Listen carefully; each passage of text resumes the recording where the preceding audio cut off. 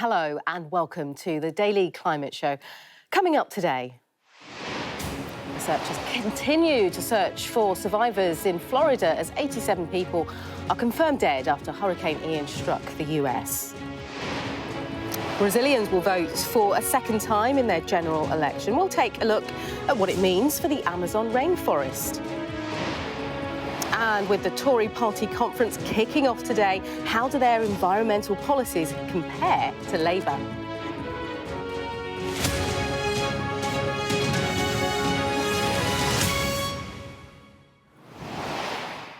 Hello and welcome to the Daily Climate Show, where we track the changes happening to our world and interrogate some of the potential solutions to the climate crisis.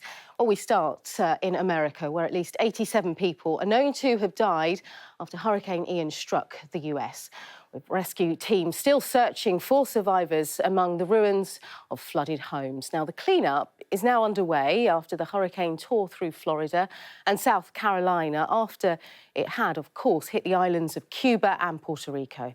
Well, President Joe Biden will see the disaster recovery efforts for himself when he visits Puerto Rico later today and Florida on Wednesday. Now, according to Florida state officials, approximately 10,000 people remain unaccounted for, although the authorities believe many are likely to be in shelters or without power. Now, a massive clean-up effort is now underway, and the latest figures suggest that more than 1.1 million residents are still without power and Wi-Fi. Now, according to the American Red Cross, more than 1,300 disaster workers are supporting relief efforts. That's across 5 states. Well, NBC's Chris Poloni is in Fort Myers Beach in Florida, and he sent this report.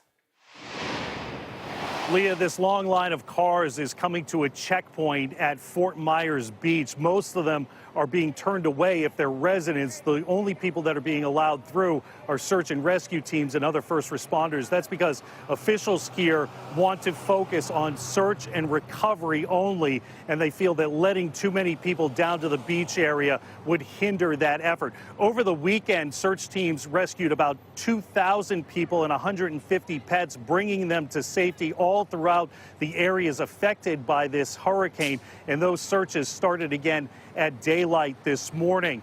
There is good news when it comes to the power outages here. 600,000 people in Florida still without power. That's down from 2.6 million. So they're making quick work of the power grid. However, in the hardest hit areas, it could be weeks before they get power back on because the grid will have to be rebuilt. NBC News has confirmed at least 87 deaths from this storm, 4 in the Carolinas and the rest here in the state of Florida.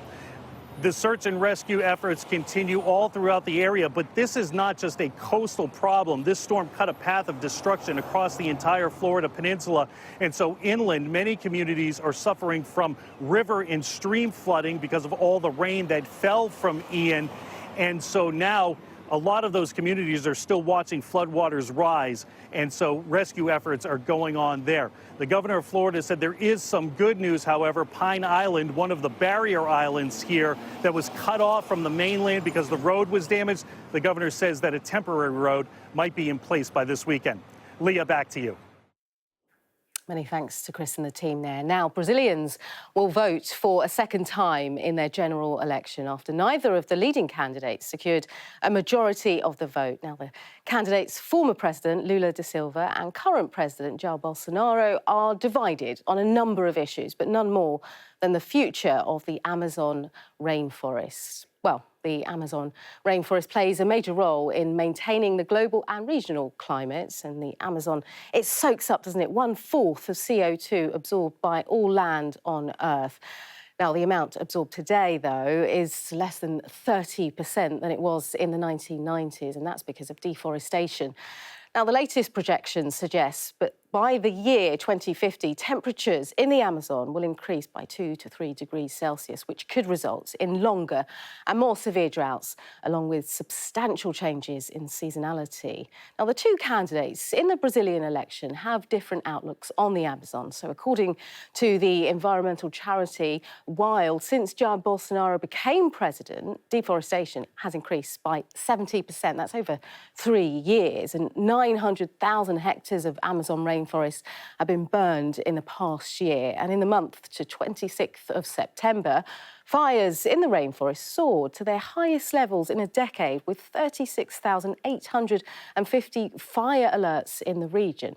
Now, in comparison, his rival, Lula da Silva, has pledged to preserve the Amazon and said the global crisis would be an absolute priority. And during his 7-year presidency from 2003, deforestation dropped about 65% in Brazil. That's according to Brazil's National Institute for Space Research. And da Silva has also promised to create a ministry for Indigenous peoples. Our chief correspondent, Stuart Ramsey, has the latest on a country divided.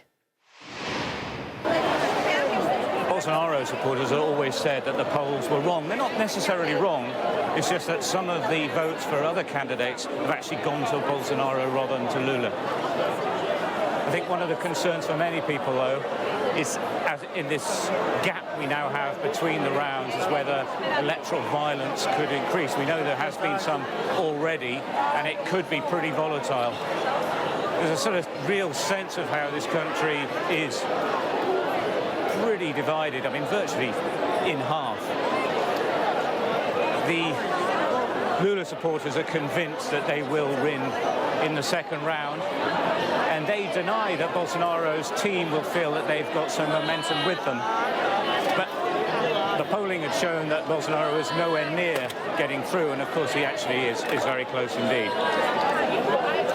Everything to fight for still for both sides.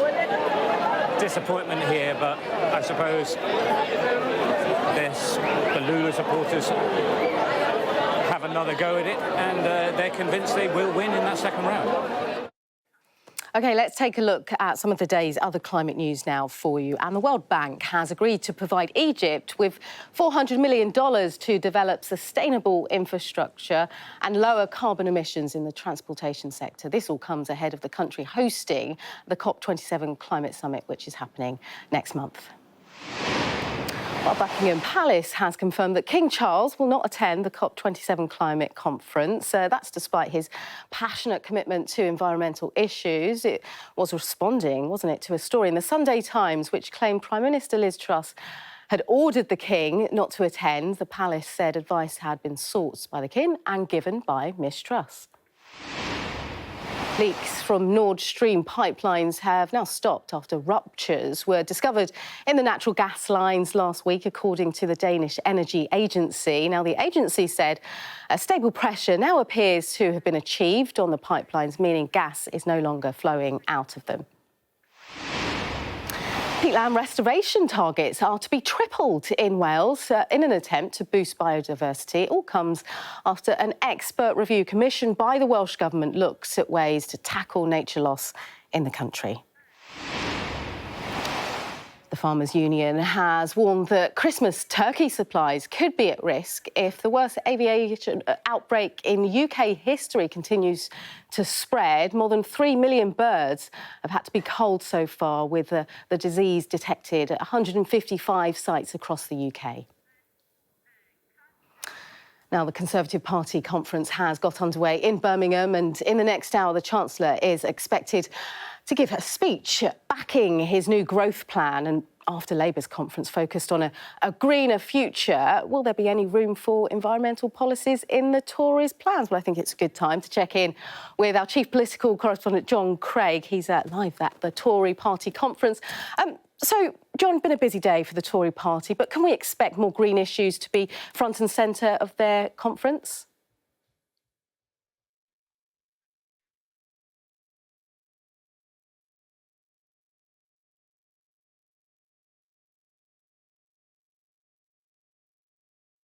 Promoted recently to Minister of State at Northern Ireland, probably best known for his views on Brexit. He founded something called the Net Zero Scrutiny Group. Now, at a fringe meeting this morning, organised by the right-wing think tank, the Institute of Economic Affairs, it was entitled, Can the UK Afford Net Zero? Mr. Baker said the answer was no in the short term. He said that cutting net zero commitments this year would save households more than £1,500 amid the current energy crisis. He was slapped down, however, by a fellow Conservative MP. That was Bim Afalami, who said we can't afford not to meet our net zero target, which is 2050.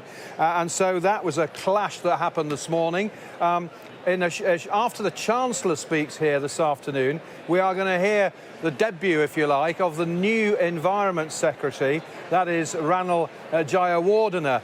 Now, during the Tory leadership hustings, Liz Truss was asked a number of times about the record of water companies, both leaks and also the pumping of sewage into rivers and the sea.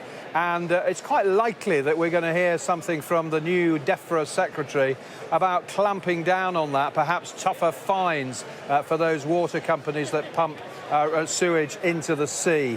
That's coming up after the Chancellor speaks a little bit later on.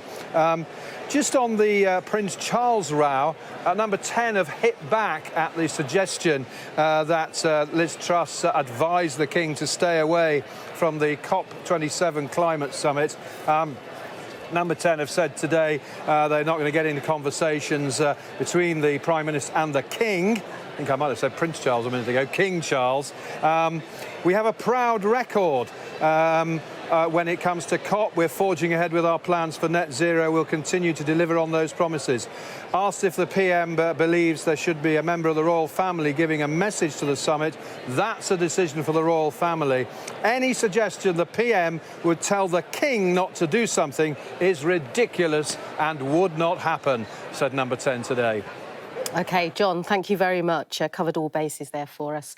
And finally, Quality Street is axing its famous bright plastic wrapping on its chocolates to make them more environmentally friendly. Now, nearly 2 million wrappers from the sweets end up in landfill every year, and the company will now replace the plastic wrapping with a vegetable base wax. Now, the change is expected to be made in time for Christmas.